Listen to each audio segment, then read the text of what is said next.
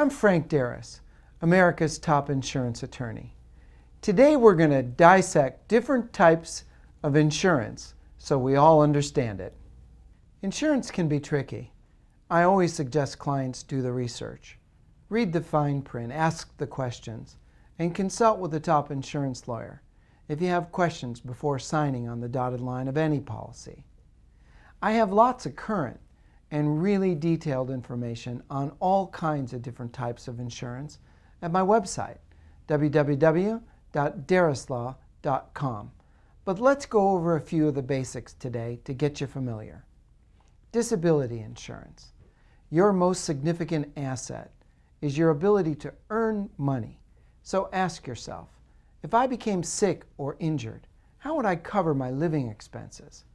Purchasing disability insurance is the very best protection you can give yourself, whether you're the primary breadwinner or the stay-at-home parent. Short-term disability will provide income replacement protection and usually kicks in after 1 week of disability. The maximum recovery period is generally 6 months, with 60% of your salary covered. Long-term disability takes longer to kick in, but will also continue for a longer period of time. You can get long-term disability insurance from a private insurance company or through your employer. If it's from your employer, long-term disability will usually cover between 60 to 70% of your gross salary, and it'll kick in after a short 90-day or a longer 180-day waiting period, and you should get paid till retirement age. Life insurance. This one is a must if you have a family that depends on you and your income or your ability to stay home and care for your kids. Most people don't realize that to replace the services of a stay-at-home parent caring for a 3-year-old and a newborn would cost $30,000 a year or more if you have to hire a full-time nanny. $250,000 or more of life insurance is generally a safe bet for the stay-at-home parent. For a working parent, the amount of coverage needed will depend on their salary and the ability of the other parent to make money. Life insurance is really affordable if you're healthy.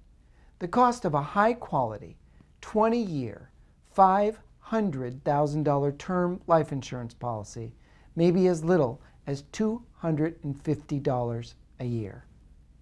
Health insurance. Over half the people state the reason they don't have coverage is cost. Obviously, the most affordable way to get coverage is through your employer, especially if you're not super healthy or you have a pre-existing condition. The thing you have to think about, though, is that although the premium can get expensive, paying the cost out of pocket would be even more crippling. And if you have a serious injury or illness, the results will be catastrophic. Shop around for different policies and keep yourself healthy to reduce the cost of the premiums. Long-term care insurance. Did you know neither Medicare nor your health insurance policy will pay for long-term care expenses? You need to pay for these out of pocket through long-term care or Medicaid. The problem with Medicaid is it only covers those who don't have much, and the coverage will not cover all the costs of long-term care. Purchasing a long-term care policy when you're young and healthy, the earlier you purchase, the cheaper your premium will be. A good rule of thumb is to purchase between the ages of 50 and 60. And remember, coverage isn't available for anyone over the age of 80. Women need long-term care coverage more than men because, ladies, you outlive us by more than 7 years on average. Auto insurance. If you own a car, you need to purchase auto insurance. Check your state's requirements for how much and what type of coverage you'll need. Depending on the value of your vehicle, you may or may not need collision or comprehensive coverage.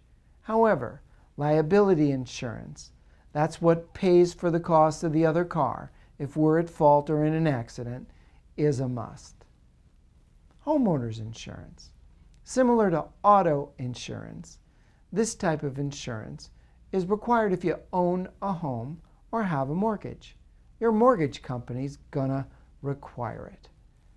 There are several factors that are going to influence how much coverage will cost, how much you'll need, including how old your home is, where is it located, how many valuable items do you have, and what will be the total cost if your home burned down or was destroyed. There's lots of ways to save money on your homeowner's insurance premium, including installing certain energy and burglary-resistant doors and windows, installing a security alarm, upgrading your plumbing, upgrading the roofing or the electrical system, and staying away from high-risk factors around the house, such as a pool, an exotic animal, or a trampoline. Even if you're renting, think about purchasing rental insurance for the cost of the goods that are within your rented home, apartment, or condo. The rental company or the actual homeowner won't cover these costs if the house were to flood or to burn down.